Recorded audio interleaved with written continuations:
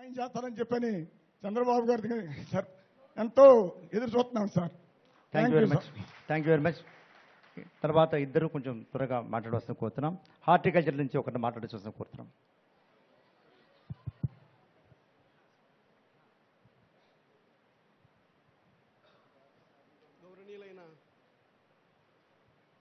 గౌరవనీయులైన ముఖ్యమంత్రి గారికి, నారా చంద్రబాబు నాయుడు గారికి నా పాదాభివందనం. అలాగే మా ఎమ్మెల్యే గారైన గౌరవనీయులైన రాష్ట్ర గృహ నిర్మాణ శాఖ మంత్రి పులుసు పార్థసారథి గారికి నా నమస్కారం. వేదిక మీద ఉన్న పెద్దలందరికీ నా నమస్కారం. మొన్న ఉద్దత్తు వాన వల్ల మా బీరపందిరి పడిపోయింది.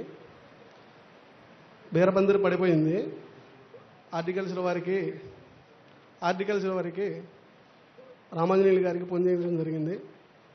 ఆయన వచ్చి చూసి పంట నష్టం కింద రాశారు. 10,000 ఎకరం 60 సెంట్లు పడిపోయింది. 2 ఎకరాలు కాకరసేను వడబడి ఉంది. దానికి చూసి సలహాలు ఇచ్చారు. ఇచ్చిన మేరగా మేము చేసాము. అయినా ఆగలేదు. దానికి రామాంజనేయులు గారు నష్టపరిహారం కింద రాశారు 10,200 బీర తోటకి. అలాగే కౌలు రైతులకి ఏదో ఒకటి సాయం చేయమని మంత్రివర్యులను కోరుకుంటున్నాం. ఇప్పుడు ఈ కొల్లేరు, ఉప్పటేరు, సారీ ప్లీజ్,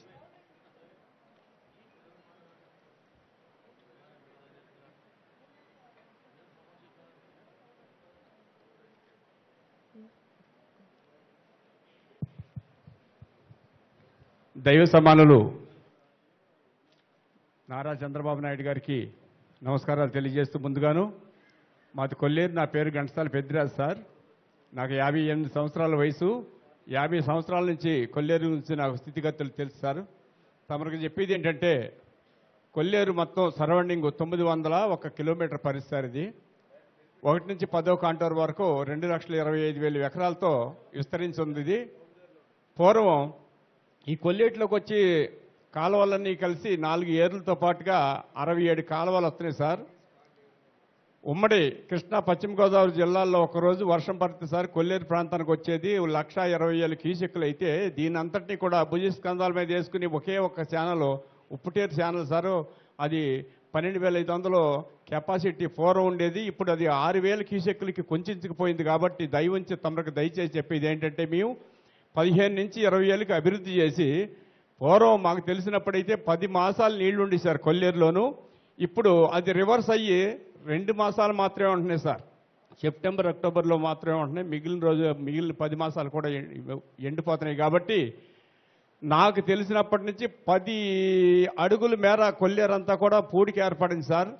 దయవుంచి ఉప్పుటేరుని అభివృద్ధి చేసి ఈ రెగ్యులేటర్ కట్టినట్లయితే మాత్రం గత వైభవాన్ని చూడగలుగుతాం. కాబట్టి ఈ అవకాశం ఇచ్చిన ముఖ్యమంత్రి గారికి నమస్కారాలతో తెలియజేసుకుంటాం. ఎంతో తీవ్రమైన కార్యక్రమాలు ఉన్నప్పటికీ ఈరోజు కొల్లేరు, ఉప్పటేరు, తమిళేరు మీద సమీక్షా సమావేశానికి విచ్చేసిన మాన్య మహోదయ రాష్ట్ర ముఖ్యమంత్రి వర్యులు శ్రీ నారా చంద్రబాబు నాయుడు గారిని తమని ప్రసంగించవలసిందిగా కోరుతున్నాం.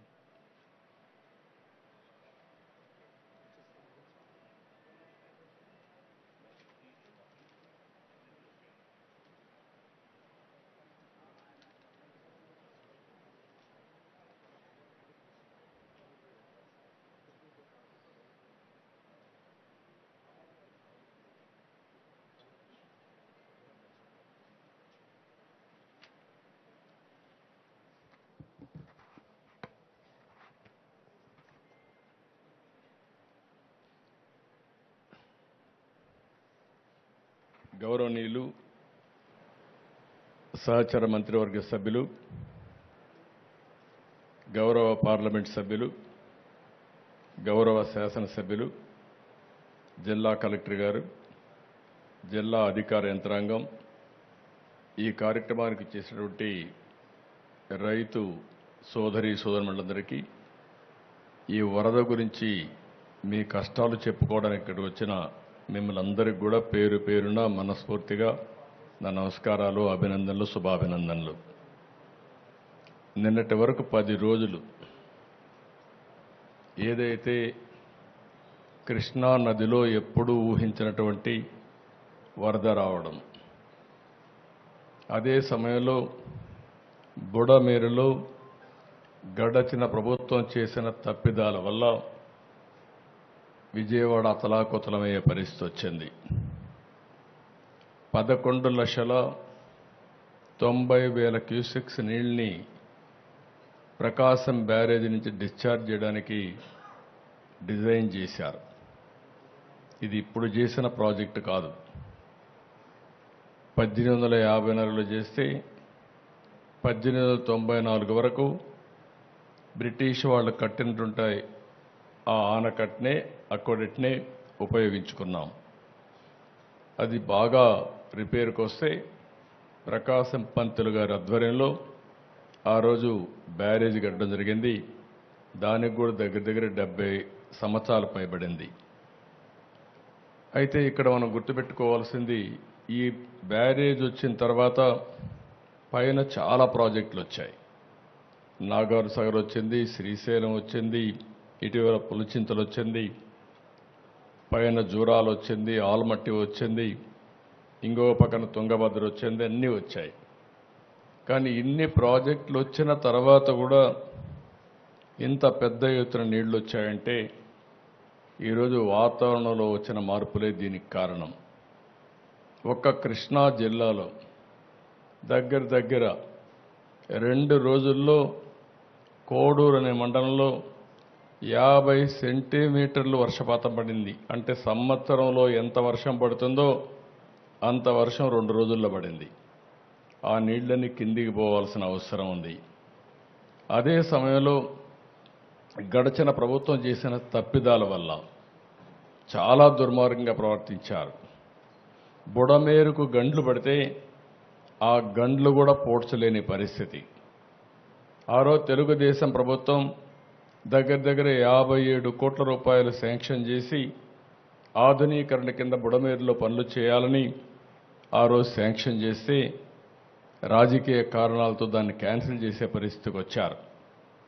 అది క్యాన్సిల్ చేసి కనీసం వీళ్ళ తెలివితేటలుంటే వాళ్ళు సొంతంగానే పనిచేయాలి. ఆ పని కూడా చేయలేదు. దీనికి అదనంగా బుడమేరు మొత్తం ఆక్రమణకు గురి చేశారు. ఎవడికి దొరికింది వాడు అమ్ముకునే పరిస్థితికి వచ్చారు. తప్పుడు రిజిస్ట్రేషన్లు చేశారు, బిల్డింగ్లు కట్టారు. ఎక్కడికక్కడ నీళ్లు పోవలసిన బుడమేరుని ఇష్టానుసారంగా అక్రమ కట్టడాలకు నాంది పలికే పరిస్థితి వచ్చారు. ఒక పక్క ప్రకృతి ఓసారి మన పట్ల చిన్న చూపు చూసినప్పుడు ఇలాంటి వరదలు వస్తూ ఉంటాయి. అదే సమయంలో మనం కూడా కొన్ని వాతావరణంలో పెనుమార్పులు వచ్చే విధంగా మనం కూడా చేశాం. కాబట్టి ఇప్పుడు చూస్తూ ఉంటే ఎక్కడ చూసినా క్లౌడ్ బరస్టింగ్, అంటే ఆకాశంలో ఉండే మేఘాలు ఒకేసారి వర్షంగా మారిపోయి ఒకే ప్రాంతంలో కుంభవృష్టి వర్షం వచ్చే పరిస్థితి వస్తూ ఉంది. ఇవన్నీ వచ్చి మళ్ళా మనుషులు చేసే తప్పులు ఇప్పుడు ఇక్కడ చూశాం. ఎక్కడ చూసినా ఒక డ్రైన్ కూడా తవ్విన పాపాన పోలేదు, ఒక కాలువ తవ్విన పాపాన పోలేదు. ఇంకొక పక్క ఎక్కడ చూసినా తప్పుడు బిల్లులు వేసుకొని తినేసే పరిస్థితికి వచ్చారు. అన్ని పాపాలు, వీళ్ళు చేసిన పాపాలు మన పట్ల శాపాలుగా మారాయి. ఈరోజు మనందరం కూడా ఇబ్బందుల్లో పడే పరిస్థితి వచ్చింది. నేను చాలాసార్లు మీకు ఒక మాట చెప్పాను. 5 సంవత్సరాల పరిపాలన ఒక దుర్మార్గమైన పరిపాలన. ఆ పరిపాలన యొక్క ఫలితాలు మీరు చూస్తే వ్యవస్థలు మొత్తం భ్రష్టు పట్టాయి. పనిచేసే వ్యక్తులు పనిచేయలేని పరిస్థితికి వచ్చారు.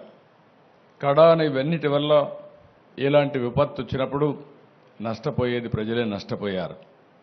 అందుకని నాకు 10 రోజులు పట్టింది. మొదటి 2 రోజులు నేను అధికార యంత్రాంగాన్ని ముందుకు పోమన్నా పోయే పరిస్థితులు కూడా లేరు. అక్కడి నుంచి నేను అక్కడే ఉండి కడాన మీరు ఒకసారి చూస్తే బుడమేరులో దగ్గర దగ్గర 5 రోజులు రామానాయుడు అక్కడే ఉండి గండ్లు పూడ్చే పరిస్థితి వచ్చారు. ఆ గండ్లు పూడ్చారు కాబట్టి విజయవాడకు వచ్చే నీళ్లు ఆగే పరిస్థితి వచ్చింది. 2 మార్గాలు. ఒకటి సిటీలో ఉండే నీరు బయట పంపించాలి, పైన వచ్చే నీరు ఆపాలి. పైన నీరు ఆపాలంటే గండ్లన్నీ పూడ్చాలి. గండ్లు పూడ్చాలంటే వాతావరణం సహకరించలేదు. వర్షాలు పడ్డాయి. ఆ గట్టంతా కూడా ఎక్కడికక్కడ దిగబడే పరిస్థితుంది. దాంట్లో మళ్ళా ఒక లారీయో ఒక ట్రాక్టరో తీసుకపోతే లేకపోతే ఒక ప్రొక్లైన్ తీసుకపోతే అది కూడా కూరకపోయే పరిస్థితి వచ్చింది.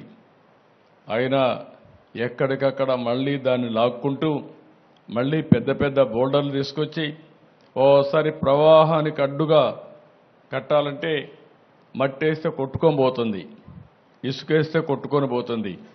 అలాంటప్పుడు దగ్గర 100 టన్నులు ఒక రాళ్లు తీసుకొచ్చి పెద్ద పెద్ద బోల్డర్స్ తీసుకొచ్చి అక్కడ వేస్తే దానిపైన మళ్ళా మట్టేసి కన్సాలిడేట్ చేసి ఒక విధంగా చెప్పాలంటే ఒక యుద్ధమే చేశాం అక్కడ. కడాన ఆర్మీ వాళ్ళు చెప్పారు మా వల్ల కూడా కావలేదు, మేము చాలా టెక్నాలజీ చూసాం కానీ ఇలాంటి టెక్నాలజీ మా దగ్గర లేదని వాళ్ళ చేతులెత్తేస్తే కాదని మన వాళ్ళు నిరూపించారు. దానికి మనస్ఫూర్తిగా ఇరిగేషన్ డిపార్ట్మెంట్ని రామానాయుడు కూడా అభినందిస్తున్నా. అది జరిగిన తర్వాత మీరు చూస్తే ఏమాత్రం సిగ్గుపడకుండా ఒక రాజకీయ పార్టీ ఇంకా కూడా మాట్లాడే పరిస్థితికి వచ్చారు.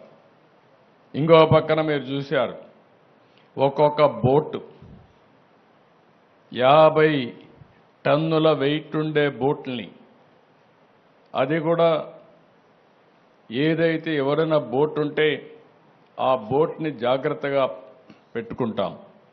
అలాంటిది 3 బోట్లు ఒకటిగా కట్టి 11,40,000 క్యూసెక్స్ ఆఫ్ వాటర్ నదిలో వస్తూ ఉంటే అప్పుడు ఈ వదిలిపెట్టారు. ఇప్పుడు మాట్లాడుతున్నారు ఎట్టొచ్చాయో తెలియదని. ఈ 4 వచ్చి కౌంటర్ వెయిట్ అని కాలముకు మధ్య సపోర్టింగ్ కడతాం.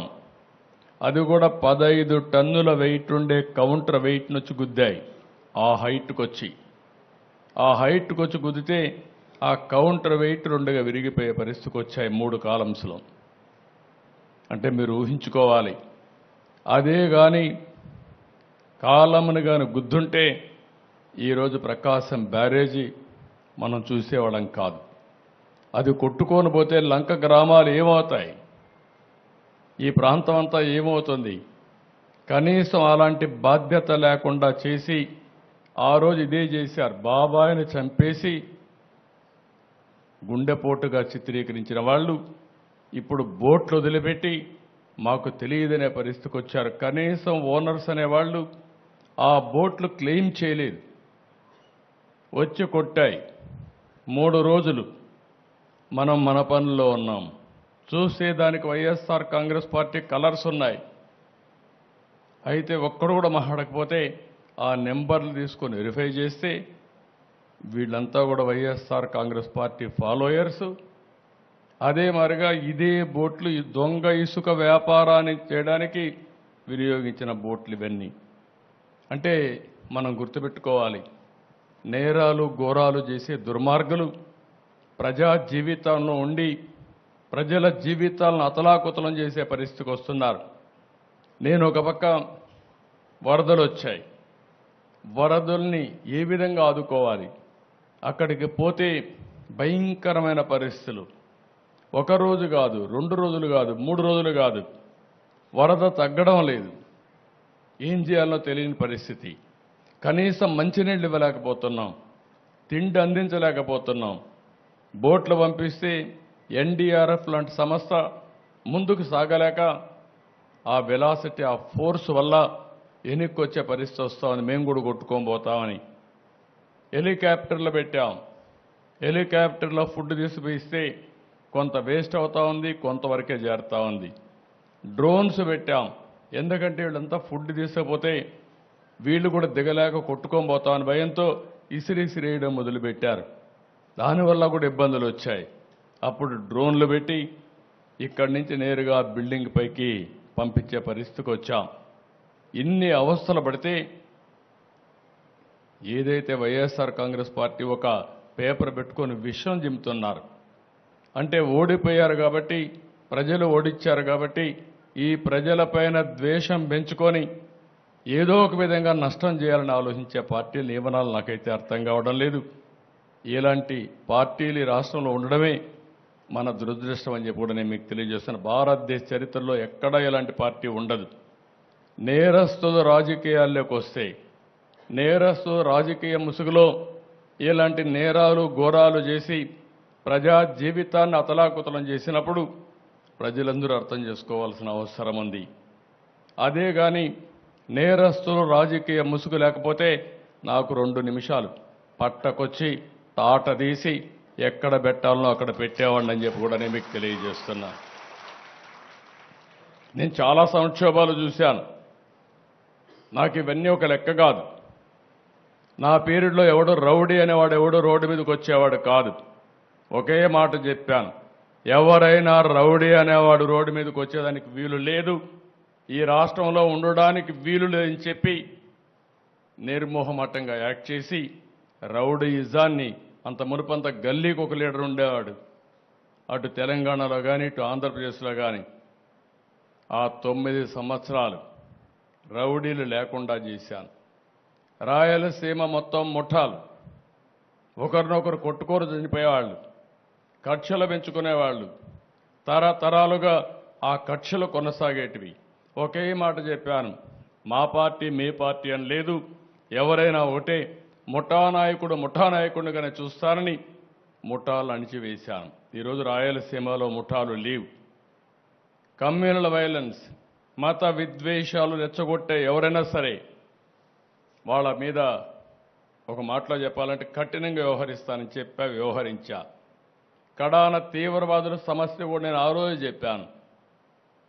ఇది రాజకీయ, ఆర్థిక, సామాజిక సమస్య.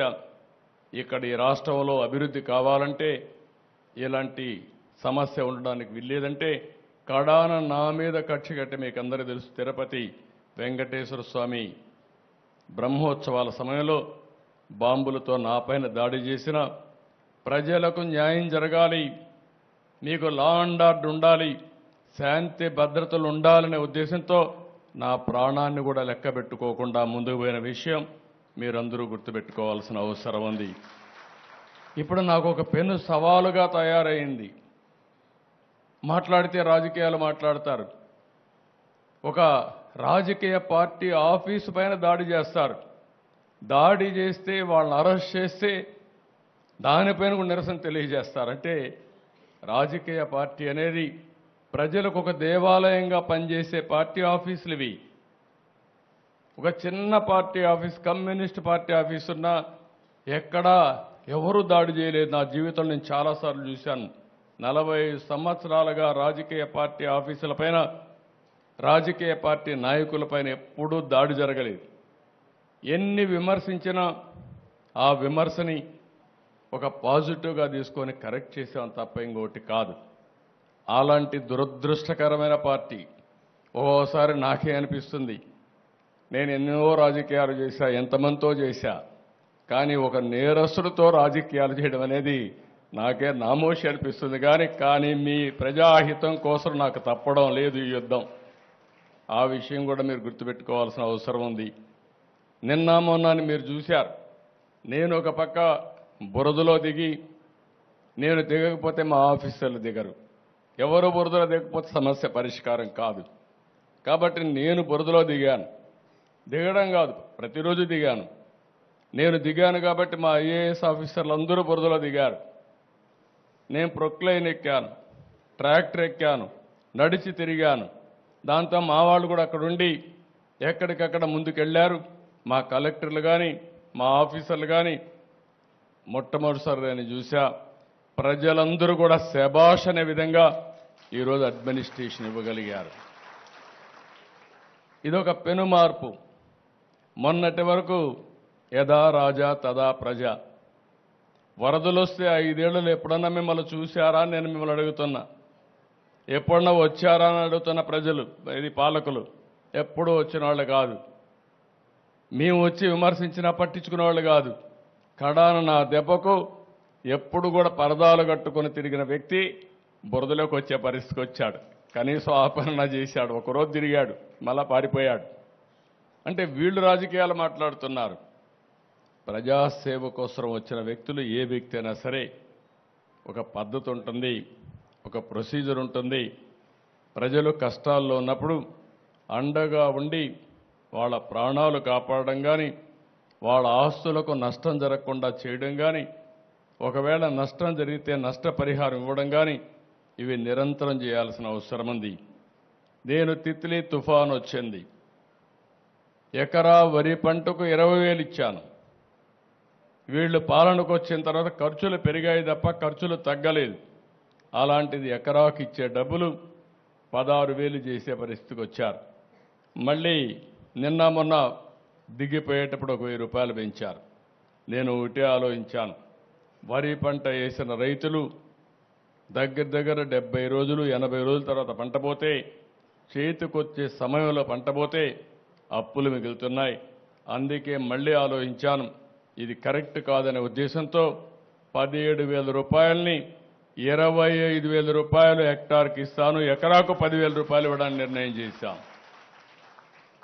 ఇది కూడా తక్కువే, నా దగ్గర డబ్బులు లేవు, ఖాళీ ఖజానా. రోజు వారిగా ఏం చేయాలని అర్థం కాని పరిస్థితి, మొత్తం ఏది పనిచేయలేని పరిస్థితి. మీరు చూస్తే అభివృద్ధి ఆగిపోయింది, ఆదాయం పడిపోయింది, అప్పులోళ్ళు ఎవ్రీడే తిరుగుతున్నారు.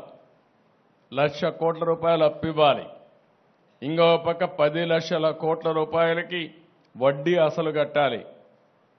అంటే మనం సంపాదించే సంపాదన వడ్డీకి కూడా చాలని పరిస్థితి తీసుకొచ్చేశారు. ఒక పక్క దీన్ని రీషెడ్యూల్ చేసుకుని, కానీ ఒక్క మంచి పని చేశారు మీరంతా మొన్న.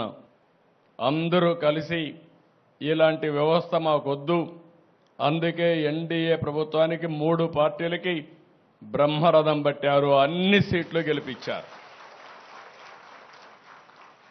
93%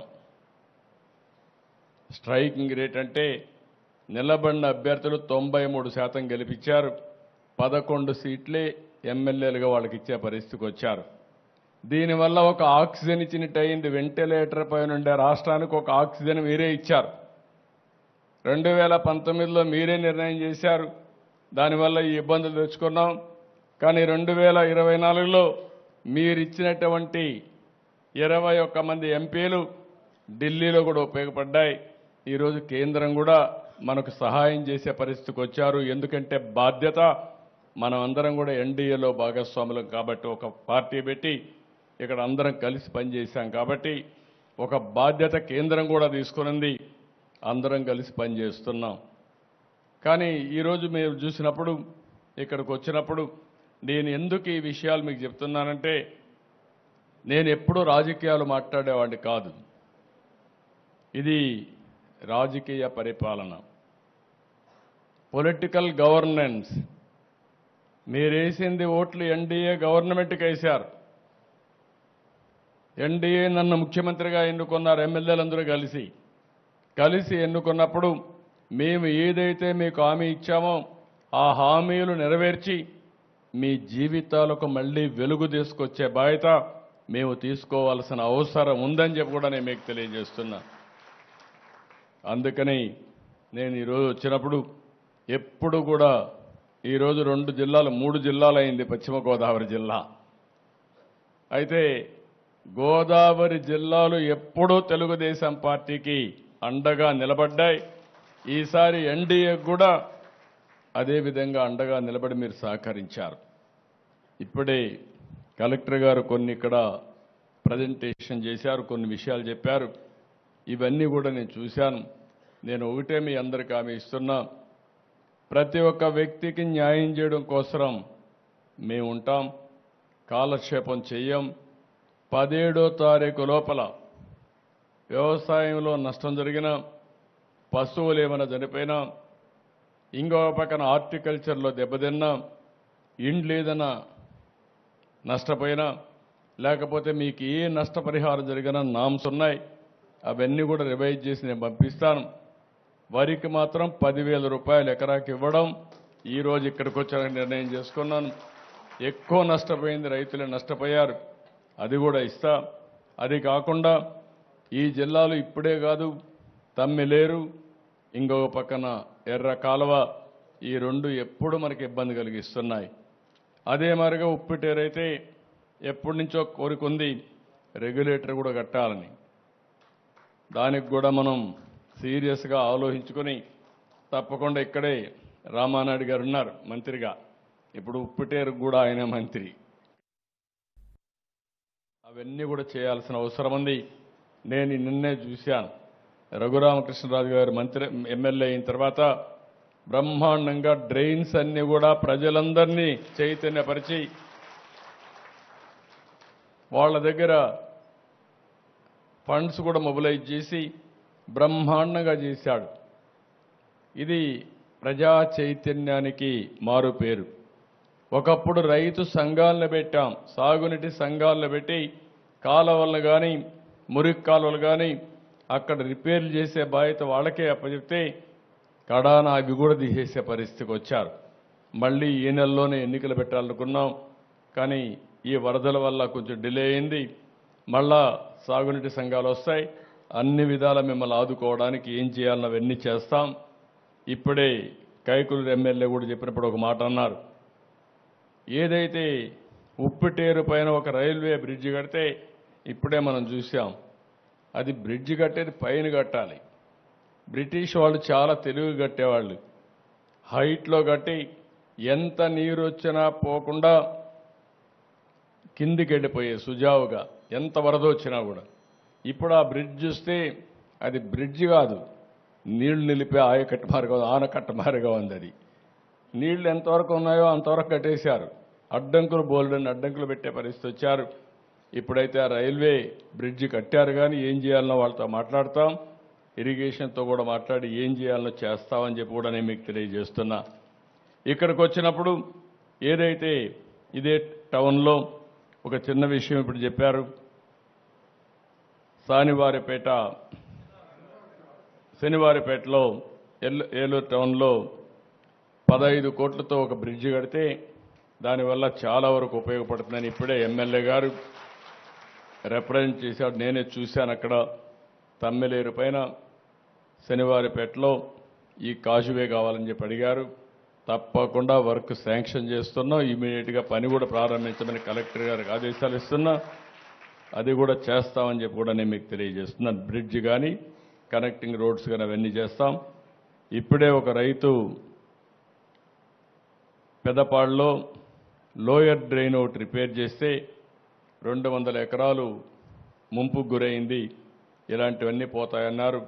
తప్పకుండా అది చేయమంటాను. అదే కాదు, పూర్తిగా డ్రైన్స్ అన్ని రిపేర్ చేయించి ఎక్కడా పొలాల్లోకి నీళ్లు రాకుండా కాలువలన్నీ కూడా సక్రమంగా రిపేర్లు చేయించి మళ్ళీ చివరి భూములకు నీళ్లు అందే విధంగా ఏమేం చేయాలనో అవన్నీ చేద్దాం. నేను మిమ్మల్ని అందరినీ ఒకటే కోరుతున్నాను, ఇంకా 2 మీటింగ్స్ ఉన్నాయి కాబట్టి అక్కడ కూడా వెళ్ళాలి. ఏదేమైనా మీ కష్టాలన్నీ చూశాను. ప్రతి ఒక్కరికి న్యాయం చేసే బాధ్యత ఈ ప్రభుత్వం తీసుకుంటామని మరొక్కసారి మీ అందరికీ హామీ ఇస్తున్నా. ఎక్కడికక్కడ ఎన్యూమరేషన్ పూర్తి చేశాం. అదే సమయంలో అవన్నీ కూడా ట్రాన్స్పరెంట్గా జవాబుదారీతనంతో ప్రతి ఒక్క రిక్వెస్ట్ని, ప్రతి ఒక్క నష్టాన్ని పూర్తిగా మిమ్మల్ని ఆదుకునే విధంగా ఏమేం చేయాలని అవన్నీ చేస్తాం. నేను ఎప్పుడు కూడా పరిపాలనలో మీరు ఒకటే గుర్తుపెట్టుకోవాలి, రాజకీయాలకు అతీతంగా పరిపాలన చేస్తాం. అదే సమయంలో రాజకీయ పరిపాలన ఉంటుంది. ఈరోజు ఒక ముఖ్యమంత్రిగా నన్ను ఎవరు మాట్లాడినా తెలుగుదేశం పార్టీ అధ్యక్షుడిగా ముఖ్యమంత్రి అయ్యారని చెప్తారు తప్ప ఇంకోటి కాదు. ఈరోజు ఎన్డీఏ పరిపాలన ఒక సుపరిపాలన ఇవ్వాలనే కంకణంతో మేము ముందుకు పోతున్నాం. నేను కానీ మా మిత్రుడు పవన్ కళ్యాణ్ గారు కానీ బీజేపీ కానీ అందరం కలిసి సమిష్టిగా ఏం చేయాలో చేస్తామని చెప్పి కూడా నేను మీకు తెలియజేస్తున్నా. ఇంకొక పక్క 170 మంది కౌలు రైతులున్నారు. ఈరోజు పెట్టుబడి పెట్టింది కౌలు రైతు పెట్టాడు. కౌలు రైతు పెట్టుబడి పెట్టి రైతుకు కూడా డబ్బులు ఇచ్చి తద్వారా ముందుకు పోయే పరిస్థితిలో నష్టపరిహారం మళ్ళీ ఆయనకి ఇవ్వకపోతే చాలా అన్యాయంగా ఉంటుంది. మొన్నే మేము కేబినెట్లో అన్ని విషయాలు ఆలోచించాం. ఇప్పుడిచ్చే నష్టపరిహారం ఇన్పుట్ సబ్సిడీ నేరుగా కౌలు రైతుకే ఇమ్మని చెప్పి ఆదేశాలు ఇస్తున్నా. దానికి కూడా శ్రీకారం చుడతాం. అది కూడా చేస్తామని చెప్పి నేను మీకు తెలియజేసుకుంటూ మరొక్కసారి మీ అందరినీ ఒకసారి నేరుగా కలిసి ఒక భరోసా ఇవ్వడం, మళ్ళీ మీ అందరిలో ఒక చైతన్యం తీసుకురావడం, భవిష్యత్తులో కూడా వరదని కానీ తుఫాను కానీ సమర్థవంతంగా ఎదుర్కోవాలంటే ఏం చేయాలో అవన్నీ చేద్దాం. మిగిలిన కార్యక్రమాలు నేను ఎప్పటికప్పుడు ఏం చేయాలో మీ అందరితో మాట్లాడుతూనే ఉంటాను. నేను మిమ్మల్ని ఒకటే కోరుతున్నా, గెలిపించాం కాబట్టి మా పని అయిపోయిందని ఇంటికాడ కూర్చుంటే ఈ దుర్మార్గులతో పోరాడాలన్నా మాకు కూడా కొన్ని సమస్యలు ఉంటాయి. గెలిపించిన తర్వాత ఈ ప్రభుత్వాన్ని నడిపించే బాధ్యత కూడా మీదేనని మరొక్కసారి మీ అందరికీ విజ్ఞప్తి చేస్తున్నా. అనునిత్యం మీకోసం పనిచేస్తాం, రాత్రింబగుళ్ళో పనిచేస్తాం, మీ కష్టాలు తీరుస్తాం. మీ భవిష్యత్తులో ఒక మంచి జీవితాలు ఉండే విధంగా ఏం చేయాలనో చేసే విధంగా కూడా ముందుకు పోతాం. మేము చేసే పని మీకోసం చేస్తున్నాం. నేను అందుకే నిన్న కూడా చెప్పాను, ఆ రోజు ఈ రోజు ఎప్పుడు నేను మీకోసమే పనిచేస్తున్నాను. నేను పనిచేసినప్పుడు మీరంతా కూడా ఎంతో అభిమానంతో మమ్మల్ని ఆదరించే పరిస్థితికి వచ్చారు. ఇప్పుడుండే మా వేదిక పైన ప్రతి ఒక్కరు కూడా మీరు చూశారు. నిన్న మా పార్సారథి గారు అయితే నూజివీడు ఎమ్మెల్యేగా మంత్రిగా ఉండి అక్కడ పనిచేస్తూనే విజయవాడలో రాత్రింబగుళ్ళు వచ్చి కష్టపడ్డాడు.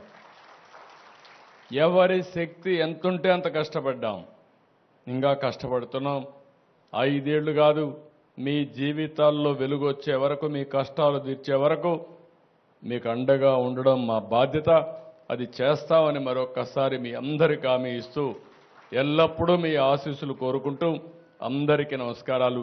జై హింద్, జై ఎన్డీ. దయచేసి ఒక 2 నిమిషాలు కూర్చోండి అందరూ కూడాను. గౌరవ ముఖ్యమంత్రి గారికి వరద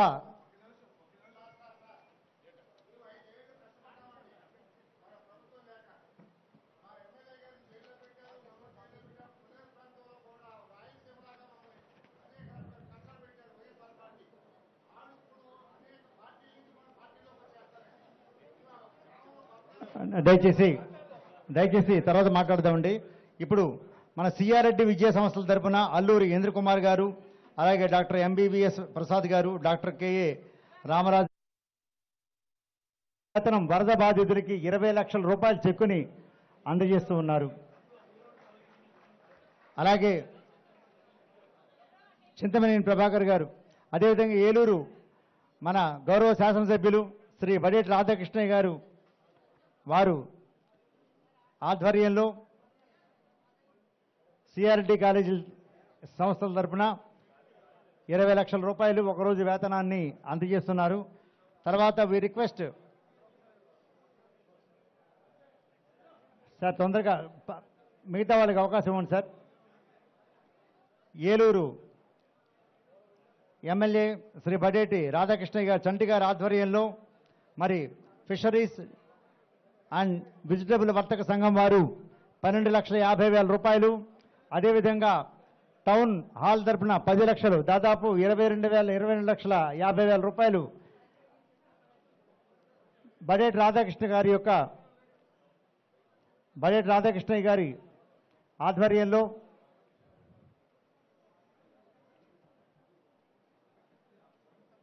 ఇప్పుడు ఓట్ ఆఫ్ థ్యాంక్స్ బై శ్రీమతి దాత్రిరెడ్డి గారు. అందరికీ నమస్కారం. ఈరోజు మన ఏలూరు జిల్లాకు కొల్లేరు, ఉప్పుటేరు, తమ్మిలేరు వరద సమీక్ష సమావేశానికి విచ్చేసిన గౌరవ ముఖ్యమంత్రి గారికి, గౌరవ హౌసింగ్ మినిస్టర్ గారికి, గౌరవ ఇరిగేషన్ మినిస్టర్ గారికి, గౌరవ పార్లమెంట్ సభ్యులకి,